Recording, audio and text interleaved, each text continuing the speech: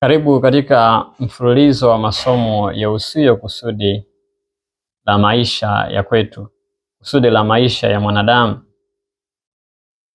Natambua na najua ya kuwa pia wafahamu kwamba sisi wanadamu hatuko hapa duniani kwa bahati mbaya, kwamba hatujaja tu kukaa na kuonekana kwamba tulikuwepo, bali ipo kazi ambayo tumetumwa kuifanya, ama ipo kazi ambayo Mwenyezi Mungu ametuamini sisi kuifanya. Na hiyo kazi ndilo kusudi la maisha ya kwetu. Kusudi la maisha ya mwanadamu linafanya kazi kila mahali na linamuongoza mwanadamu katika kila kitu anachokitenda. Lazima kiwe kinaendana na hilo kusudi la maisha ya kwake. Kwa kila mwanadamu anayo kazi ya kufanya ambayo ni ya kipekee ukimlinganisha na mwanadamu mwingine. Kwa kila mtu ana kazi yake, kila mtu ana kazi ya kwake, na hilo ndilo kusudi kamili la maisha ya mwanadamu ama maisha ya kwako kuwepo hapa duniani. Sasa ili tuweze kujua kusudi la maisha ya kwetu, yako mambo ambayo tunahitaji kuyafahamu kwanza.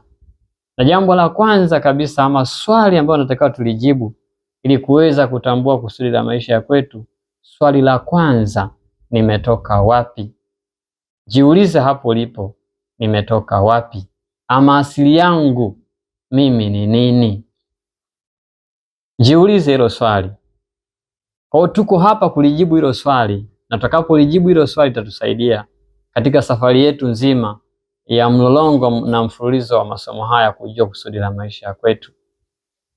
Kwa mujibu wa maswali haya ndiyo tunakusaidia au kutakusaidia kupiga hatua inayofuata ya kujua kusudi la maisha ya kwako. Ndiyo maana Ayubu anasema mjue sana Mungu ili upate kuwa na amani. Na anaendelea kusema utamwomba yeye naye atakusikia, nawe utazitimiliza nadhiri zako, nawe utakusudia neno nawe litathibitika kwako. Kumbe ni kupitia tu kujua ama kumjua Mungu, kwa sababu asili yetu sasa tunaanza kujibu tumetoka wapi na asili yetu ni nini. Asili yetu sisi wanadamu ni Mungu.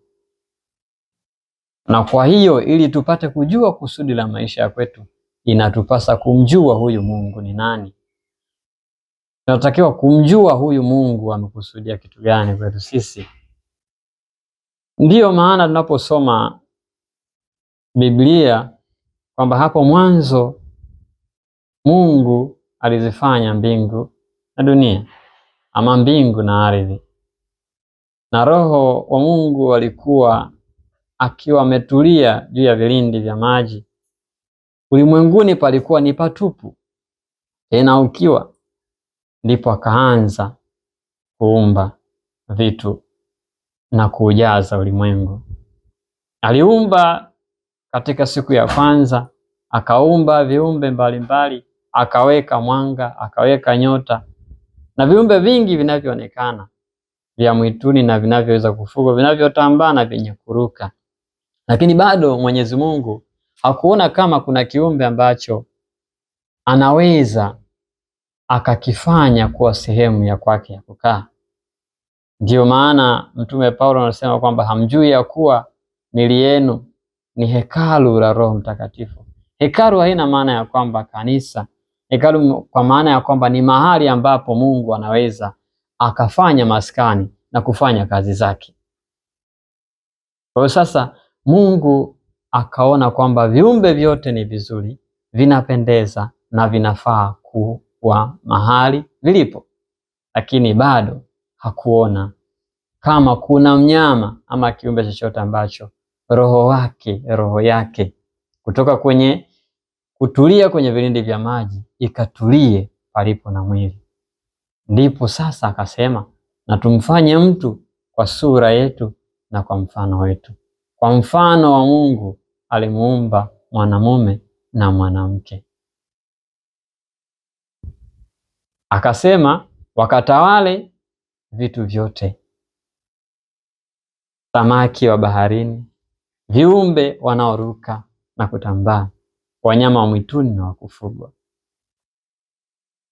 Kumbe Mwenyezi Mungu alikuwa nao uwezo kabisa wa kuviongoza viumbe vyake hata pasipo kutwaa ama kuwa na sehemu ya kutulia, yaani sehemu ambayo ni ya mwili, ambao sasa ni sisi binadamu. Lakini aliona viumbe vyangu hawa wana nyama, wana miili, ni vyema hata mimi sasa, ili nipate kuwa na mamlaka kamili kwenye huu ulimwengu, waweze kuniona hawa viumbe wangu, inabidi nijitengenezee mahali pa kukaa.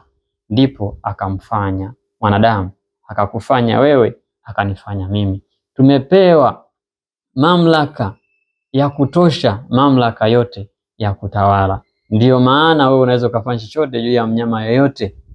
Unaweza ukamfuga hata mnyama asiyefugwa na akafugika. Kwa nini? Kwa sababu utawala na uwezo wa kiutawala Mungu amekupatia. Kwa Roho wa Mungu akaona aketi ama afanye maskani yake katika mwili wa mwanadamu, na tumfanye mtu kwa sura yetu, kwa mfano wetu. Sura na mfano havitafsiriwi kwa maana ya kwamba kimwonekano wa macho yetu sisi, wala kwa maana ya mwili kuwa na aina gani ya mwonekano. Mfano na sura vinachukua taswira ya tabia, haiba ama sifa. Kwa sura na mfano ni sifa ama haiba za Mwenyezi Mungu. Kwa ni mlolongo mzima wa tabia, mfanano wa Mungu wetu. Kwa sisi binadamu tunafanana kamili na halisi kabisa na Mungu wetu katika tabia na mwenendo. Kwa hiyo inapotokea mtu anaenda kwa mienendo yake, ni dhahiri kabisa amefata hisia za mwili na sio sauti ambayo ni ya Mungu. Kumbe kwa maana hiyo, kama Mungu ni roho na mwanadamu ni mwili, narudia tena, Mungu ni roho, mwanadamu ni mwili. Tunamtambua binadamu kupitia muonekano wa mwili wake. Tunamtambua Mungu kupitia roho iliyoko ndani ya mwanadamu. Kwa sisi tunatakiwa kuishi kwa kudhihirisha uwepo wa Mungu, si kumtafuta Mungu yuko wapi, bali Mungu aliyeko ndani yetu anatakiwa kuonekana kwa kujithibitisha katika matendo yetu, tabia, mwenendo na sifa zetu. Tutaona hapo mbele sifa za Mungu ni zipi, na ndizo sifa zile zile ambazo mwanadamu anazo. Kwa tuko hapa kuthibitisha, tuko hapa kumdhihirisha, tuko hapa kumwakilisha. Ni sawa na mfalme ambaye akitaka kupanua ufalme wake huwa anatafuta maeneo ya jirani na kuweza kuyatawala yakawa chini ya himaya yake.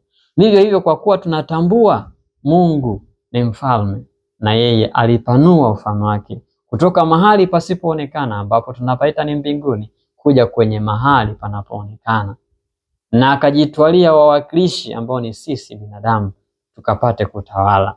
Na ukisoma Zaburi 115 mstari wa 16 nasema, mbingu ni mbingu za Bwana, bali nchi amewapa wanadamu.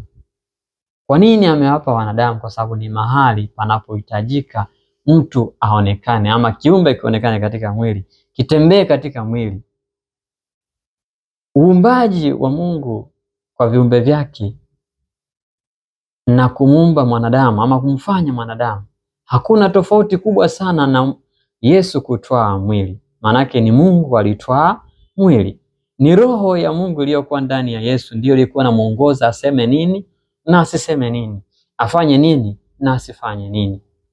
Kwa ni mambo mawili ambayo yako sawa, wala hakuna tofauti yoyote. Kwa tunajifunza kumjua Mungu, tumjue Mungu ni nani, tujue tabia za Mungu ni zipi, na sisi katika tabia hizo tunatakiwa tuishi nazo kwa kuzifahamu na kuziishi, kwa maana tutakapoziishi hizo tutadhihirisha.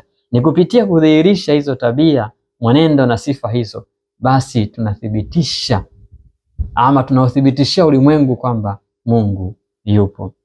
Si tu binadamu wenzetu watajua kwamba Mungu yupo, anajithibitisha kupitia sisi, bali hata viumbe wengine watatambua ya kuwa Mungu yule pale, Mungu yu ndani ya huyu mtu. Kwa hiyo watatii, kwa sababu umeshapewa mamlaka. Manake viumbe vyote vitatii na vitainama mbele yako kwa kukiri ya kwamba wewe una Mungu na Roho wa Mungu yuko ndani yako.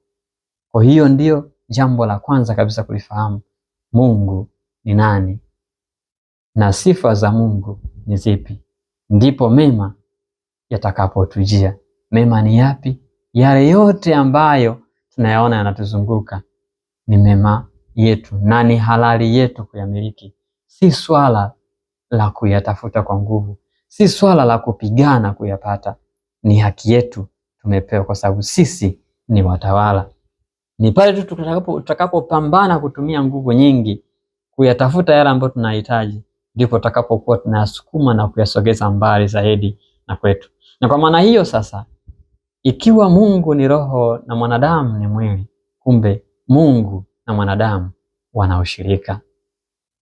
Na kwa maana nyingine, ili mwanadamu aweze kuishi na kutawala katika mantiki hiyo inayozungumzwa, lazima aungane na Mungu wake. Mwanadamu anapojitenga na Mungu hawezi kuwa hai tena. Na kwa maana nyingine sasa, Mungu hajawahi kujitenga na mwanadamu tangu alipomuumba na kumpa mamlaka. Hatojitenga na haitakuja kutokea. Kwa Mungu na mwanadamu ni wamoja. Mungu na mwanadamu ni wamoja, hawajatengana na hawatakuja kutenganishwa. Kwa ni muhimu sana tulijue hili ili tuanze safari yetu vizuri na tukapate kujua kusudi la maisha ya kwetu. Ikiwa Mungu tu ni sehemu ya maisha ya kwetu, basi kujua kazi anayohitaji tuifanye sio jambo gumu. Kama ambavyo Yesu yeye alijua ya kuwa Mungu ni sehemu ya maisha yake, haikuwa kazi yeye kumuongoza kufanya mambo yote. Japo kwa muda mfupi aliweza kuacha urithi, aliweza kuacha legacy. Ipo siku niliwahi kusema kwamba legacy is eternity, kwamba urithi ni umilele. Yaani mtu yeyote ambaye ametambua kusudi lake na akaliishi akaacha alama, alama hiyo ndiyo umilele wenyewe. Hamtakufa bali mtakuwa mnaishi. Tafsiri yake ndiyo hiyo. Kwa sababu mmeacha urithi, lazima mtaendelea kuishi. Kuishi kwenu, majina yenu, ndiyo roho zenu zitaendelea kuishi. Kwamba hauiti tu kwa jina, kwamba ni fulani ikabaki kama jina. Jina lako linatoa alama halisi. Kuangalia sana ni kipi unakifanya kitabaki kuwa alama kwenye maisha haya, endapo mwili wako utakuwa umeishiwa nguvu na kupumzika.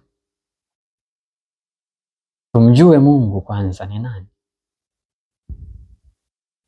na Mungu na mwanadamu wana ushirikiano gani? Ndicho kinachozungumzwa pia. Tujue ushirikiano wetu na Mungu wetu. Mwili bila roho hauwezi kuishi, lakini roho bila mwili inaweza kuishi. Nitarudia, mwili pasipokuwa na roho ama ushirika na roho hauwezi kuishi, utakufa. Bali roho pasipokuwa na mwili, roho inaweza kuishi. Kwa maisha ya mwanadamu, kwa sababu ni mwili na roho, lazima viende pamoja, lazima viwe vimeungana. Na huyo ndiye Mungu ambaye tunamtafuta, na huyo ndiye Mungu ambaye tunatafuta kila mahali na kila wakati kutaka kumfahamu. Ndiye Mungu ambaye tunaye, hajawahi kuondoka, hajawahi kwenda mahali popote. Jamii ama watu wengi tuko kwenye mafarakano ya kimaisha, tuko kwenye mapambano ya kimaisha. Wakati mwingine hata watu wengine kutoa uhai wao ama kutoa uhai wa watu wengine, si kwa sababu wamechanganyikiwa, ni kwa sababu moja tu, wamesahau na wanapambana kurudi kwenye hali yao. Tumesahau kwamba Mungu anayo amri na sauti yake ya kutuongoza katika mambo ambayo tunahitaji kuyafanya. Kwa maamuzi ya kujitoa uhai, ya kutoa uhai wa watu wengine, chuki na mambo mengine kadha wa kadha ambaye yanatufanya tuwe katika mvurugiko na kukosa upendo kati yetu na mshikamano kati yetu, ni kwa sababu tunadhani ya kuwa Mungu tunahitaji kulia sana ili tumuite aje kwenye maisha ya kwetu. Tunahitaji kumwomba kwa nguvu nyingi sana ili aje kwenye maisha yetu. Kazi yetu ni moja tu, kutambua kwamba kuanzia leo ujue kuwa Mungu yuko ndani yako na Mungu ndiye anayekuongoza. Ni kupitia kusikiliza sauti ambayo naipokea. Kumbuka tu kwamba Mungu kwa sababu ni roho amenyooka, hajawahi kupinda. Na sauti ya kwanza katika kila jambo unalotaka kulifanya ambao huwa inakujia huwa ni sauti ya Mungu. Kwa hiyo changamoto kubwa si kwamba watu hawaombi. Changamoto kubwa iliyoko katika ulimwengu wa leo ni kwamba watu hawasikilizi. Na si tu kusikiliza, wameziba masikio. Kwa kuwa masikio tumeziba, hatuwezi kusikia Mungu anazungumza kitu gani na anataka tufanye nini na kwa wakati gani, mahali gani na kwa nini tufanye jambo kama hilo. Kwa hiyo huyo ndiyo Mungu wetu, tunaushirika naye, hajawahi kutuacha. Sasa zipo sifa ambazo Mungu anazo. Utakapokuwa anazungumza juu ya hizi sifa, ujue ya kuwa sio sifa za Mungu ambayo unatakiwa kumwita, ni sifa za Mungu ambayo unatakiwa kumthibitisha kupitia kuziishi hizi sifa ambazo ni za Mwenyezi Mungu. Nitataja chache sana, lakini zipo nyingi na nyingi na nyingi ambazo zitasababisha wewe ama zitakuongoza wewe kuwa na amani na kuwa na uhuru wa kweli. Nilipolijua hili, nilipata amani. Nimekuwa mwanadamu ambaye niko huru sana, kwa sababu nayafahamu haya na ni siri kubwa ambayo nataka kuijua. Si tu kujua kwamba Mungu alimuumba mwanadamu kwa sura na mfano, halafu ikawaje? Nisikilize kwa makini.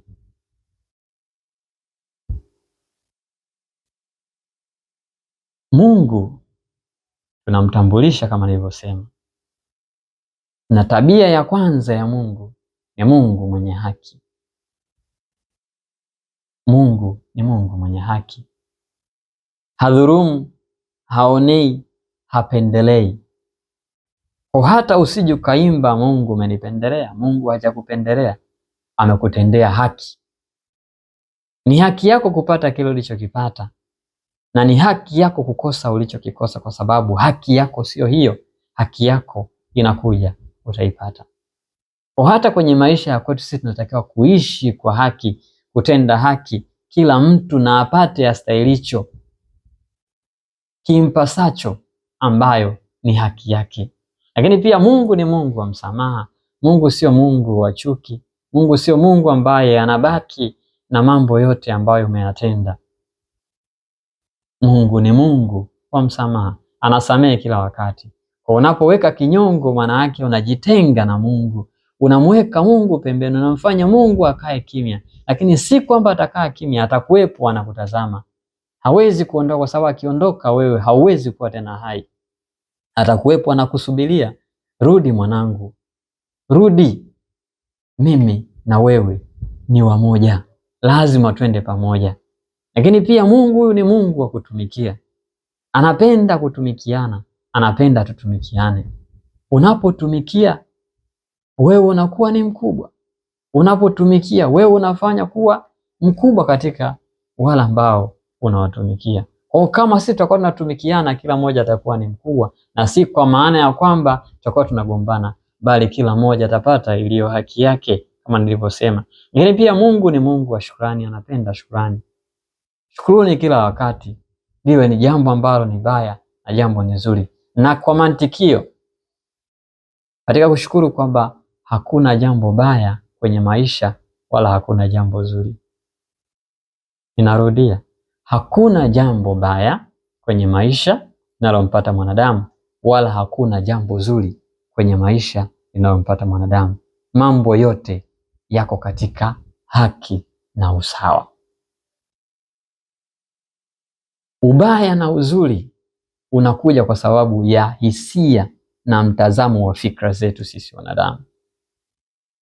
Kwa sababu ya kuamini mwili katika mahitaji yake kuliko kuamini mahitaji halisi ya roho ambayo yanaongoza mwili. Ndiyo maana tunajikuta tukichambua haya ni mema na haya ni mazuri, haya ni mazuri na haya ni mabaya.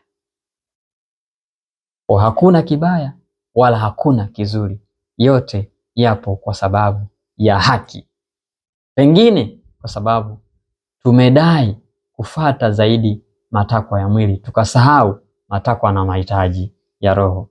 Mwanadamu anaishi katika matakwa ya roho yake, ambaye ndiye Mungu mwenyewe, sauti ya Mungu ambayo inamuongoza. Lakini pia Mungu ni Mungu wa unyenyekevu. Solomoni anatuambia kwamba unyenyekevu hutangulia heshima. Kwa ili uwe na heshima, upate kuheshimika, lazima kwanza uwe na unyenyekevu. Yesu Kristo anatufundisha vizuri sana katika hili, si tu katika kuzungumza, bali katika maisha yake alikuwa ni mnyenyekevu. Ndiyo maana Paulo anasema alijinyenyekeza na kutii mpaka kufa, hata kufa msalabani. Ni kwa sababu ya unyenyekevu. Sina maana kwamba nakwambia wewe ukawe mnyenyekevu, uweke mikono hapa unanyenyekea kwamba ni unyenyekevu. Huo sio unyenyekevu, huo ni udhaifu. Unyenyekevu wa kweli ni unyenyekevu wa kimatendo, kwa kujua ni kipi cha kufanya na ni kipi si cha kufanya. Kwa sababu licha ya unyenyekevu wake, kuna mahali ambapo Yesu alikasirika, na akakasirika na kuwatimua watu. Lakini ile hasira haikuwa na maana ya adhabu, ilikuwa ni hasira ambayo ilikuwa inatoa haki yao, kwamba mahali hapa sio mahali pa kufanya hivi vitu, kwa haki yenu ni hii. Aliwapa haki yao katika muktadha ama mtazamo ambao unaweza ukatazama kuwa ni hasira. Lakini pia Mungu ni Mungu wa kweli. Wanapenda kutolea kwamba Mungu, kwa sababu ndiye asili yenyewe, Mungu amenyooka.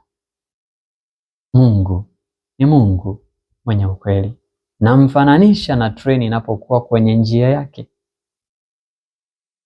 Iwe kuna mnyama, iwe kuna usafiri mwingine ambao umesimama kwenye njia yake, haitakuja kupisha. Yenyewe imenyooka. Na wewe utaonekana kuwa umeleta changamoto kwenye njia yake na utahukumiwa. Kwa vivyo hivyo hata Mungu mwenyewe amenyooka. Hajitengi na wewe, hapishi, yeye amenyooka. Ni wewe utakapouamini mwili wako kuliko sauti anayoitoa yeye, ndipo ambapo maangamizi yatakukuta, ndipo kutapatapa, ndipo kuhangaika, ndipo kujitoa uhai, ndipo kutoa uhai watu wengine kutakufuata, na utafanya kwa sababu kinachokuongoza sio roho, bali mwili wako unafanyika kuwa na nguvu na kuamini akili yako na mwili wako. Lakini pia Mungu ni Mungu mwenye ukarimu. Ukarimu ambao unaweza ukaufanya kwa watu wengine, si kwamba unaufanya kwa sababu wewe ni mkarimu. Unaufanya kwa sababu Mungu aliyeko ndani yako ni mkarimu. Lakini pia Mungu ni Mungu wa jumuiya. Anapenda kusaidiana, anapenda kuwa pamoja, anapenda kushikana mkono, anapenda twende pamoja, twende sambamba. Palipo na changamoto tushirikishane ili tuweze kwenda sawa. Mungu ni Mungu wa jumuiya. God is the God of community. Is the God of unity. Anapenda umoja, ndio maana hajawahi kutuacha. Kwa hizo sifa si tu kuzitaja kwamba hizo ni sifa za Mungu. Sema ni sifa zangu. Jitaje wewe mwenyewe, jiite kwamba hizi zinatakiwa kuwa ziwe ni sifa zangu. Niwe na imani, niwe na upendo, niwe na shukrani, niwatumikie watu wengine, niwasamehe watu wengine, nitendee watu wengine haki, niwe mwenye ukweli na niwe mkarimu kwenye maisha kwangu. Hayo ni machache tu, na hizo ni sifa chache tu ambazo nazitaja. Ndizo tunazozijumlisha katika sura na mfano wa Mungu. Kwa sura na mfano wa Mungu umebeba sifa zote hizo, na sio muonekano ambao niko nao. Ni watu wangapi ambao unawatazama kwa sura na muonekano wa nje, ukajikuta kwamba hautamani kuwa karibu nao, lakini ndio hao watu ambao wanasikiliza sauti ya nafsi zao ambaye ni Mungu mwenyewe na kutenda haya mambo yote na sifa zote hizi ambazo nimezitaja. Na hao watu ndio wanaofanyika kuwa msaada kwenye maisha ya kwako. Kwa nini? Kwa sababu wao wanaishi umungu. Mtakatifu Athanasius yeye anatuambia kwamba Mungu alitwaa ubinadamu ili sisi tutwae umungu. Alikuwa anazungumza kwa habari ya Yesu Kristo kwamba alitwaa mwili ili sisi tupate kushiriki ule umungu wake. Manake sisi na Mungu ni wamoja. Narudia tena, wewe na Mungu ni wamoja. Mimi na Mungu ni wamoja. Ndiyo maana siwezi kuona ajabu kusema kwamba mimi ni mwana wa Mungu aliye hai. Na wewe usione ajabu kusema kwamba wewe ni mwana wa Mungu aliye hai. Jitaje na ujiseme wewe ni mwana wa Mungu aliye hai. Ni Mungu ndiye anayekuongoza kwa sababu wewe ni mwana wake. Wewe ni mwana kwa maana ya mwili, yeye ni baba na muumbaji kwa maana ya roho.